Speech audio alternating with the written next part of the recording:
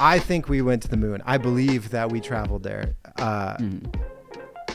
But when you watch the video, it looks super fake. I mean, it looks like people say, they're just dudes on wires, and you watch it and you're like, yeah, that looks like a dude on wires. Well, we do have our resident astrophysicist in the room. Yeah. Fake or not fake? I mean, I don't know. I wasn't there. Neither was I. You weren't even born. Come on, I'm not that old. Where you had to ask. Yeah. I was born. Sorry. I was born in '76. I'm not that old. When you're a millennial, anything before 2000 is like ancient history, right? No. Well, they went to the moon Agreed. in the '60s, right? Yes. Yeah. 69. So pretty close. Yeah. 7 years before I was born. Mm-hmm. Yeah. It's kind of similar area, but yes, we went there. There are probes there. You can see the rovers that the astronauts drove. You can see the track marks on them. And Michael actually brought up a really good criticism to those really bad 60s videos. But you have to remember, like, what kind of television were you able to watch in the late 60s? So give him some credit. But you brought up a great point with the lighting, multiple shadows thing. So that's a great thing to keep in mind. So the explanation for that, there are 3 sources of light that Tell can people what produce you're shadows. talking about, because people use the shadowing Yeah. as evidence of different stage lighting. Correct. Yes. So when you what was the example you brought, Mike, with the rocks? What would you say? Yeah. I'll pull up a picture of this in a minute, but More specifically, stage lighting coming from different areas. right. Images, different directions. Images of pictures of people on the moon. A key light is a main source of light, right? And this is the term that video people would use, but also in our solar system, the key light is the sun. That's where our main source of light is. So when you look at videos or pictures from the moon landing, rocks are casting multiple shadows, overlapping shadows, meaning there's supposedly multiple key lights. So the argument is there is not multiple key lights. The light comes from the sun. You would see one sharp shadow cast everywhere, and that would be it. Yes. Which from a guy who sets up lights, it makes a lot of sense to me. It does, and that's a really legitimate critique and question. The explanation is this. So there are multiple sources of light when you're on the surface of the moon. So the astronauts obviously go during lunar daytime when the sun's out. So the sun, that's one, obvious. The moon is really bright in and of itself, and you can know this by going outside, looking up, and seeing the moon.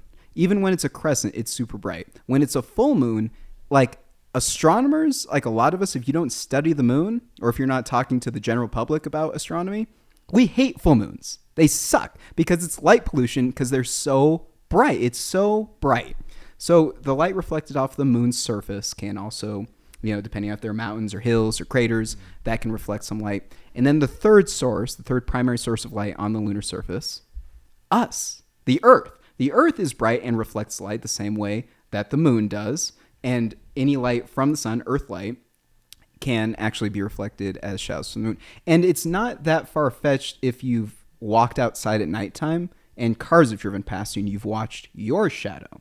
There's street lights, and then you can see as the cars drive past you, if you look at the shadow produced by you from the car, there are pairs of shadows usually from the 2 headlights. Absolutely. So they don't even have to be that bright or that far away from each other. Yep. Any source of light can create multiple shadows. So very good question and criticism, but that's why. And then I guess to address the thing with the, because they're walking funny, like they're on wires or something, right? And they were falling down and kind of bouncing. They like kind of slide, and then when they get back up, sometimes they kind of bob up in a strange way. Yeah. So 2 factors to consider there with the way. First of all, the weird way that they're moving. Obviously, gravity. The moon is smaller. I actually just saw a video yesterday of someone trying to the moon's bigger than the Earth, right? Just look up so you can see it's obviously bigger. No, it's like a quarter the size. It's way less massive. You would weigh like a quarter of your body weight on the moon. So you're literally lighter, but now keep this in mind.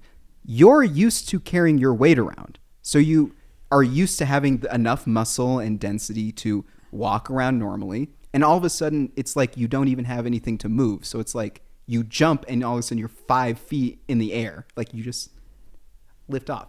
And with the falling and the equipment, they have really good equipment because if they get hit by like space debris or anything like that, then like you said, toast. They're gone. So they have good enough equipment they can like kind of falter, and they don't fall that hard, right? Because again, the gravity's weaker. They're not as heavy up there. So even if they fall, it's not like as big of a deal. It's more like if you're underwater. And that's kind of why a lot of astronauts do that underwater training as well, because it acclimates you to being weightless.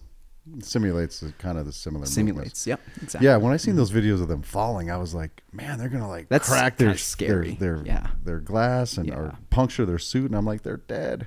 And so I actually haven't seen this in a while, but you can go to museums and see like the actual like old school spacesuits that they would wear, and they're multi-layered. They've got all types of like very advanced type of fabrics and stuff to protect them. So they've got good enough equipment that it's not like the biggest deal if they like just take a little topple. In the 60s, they weren't just using like some cotton or something. Yeah, I would hope that if I'm going to space, my suit is multi-layered. Yes.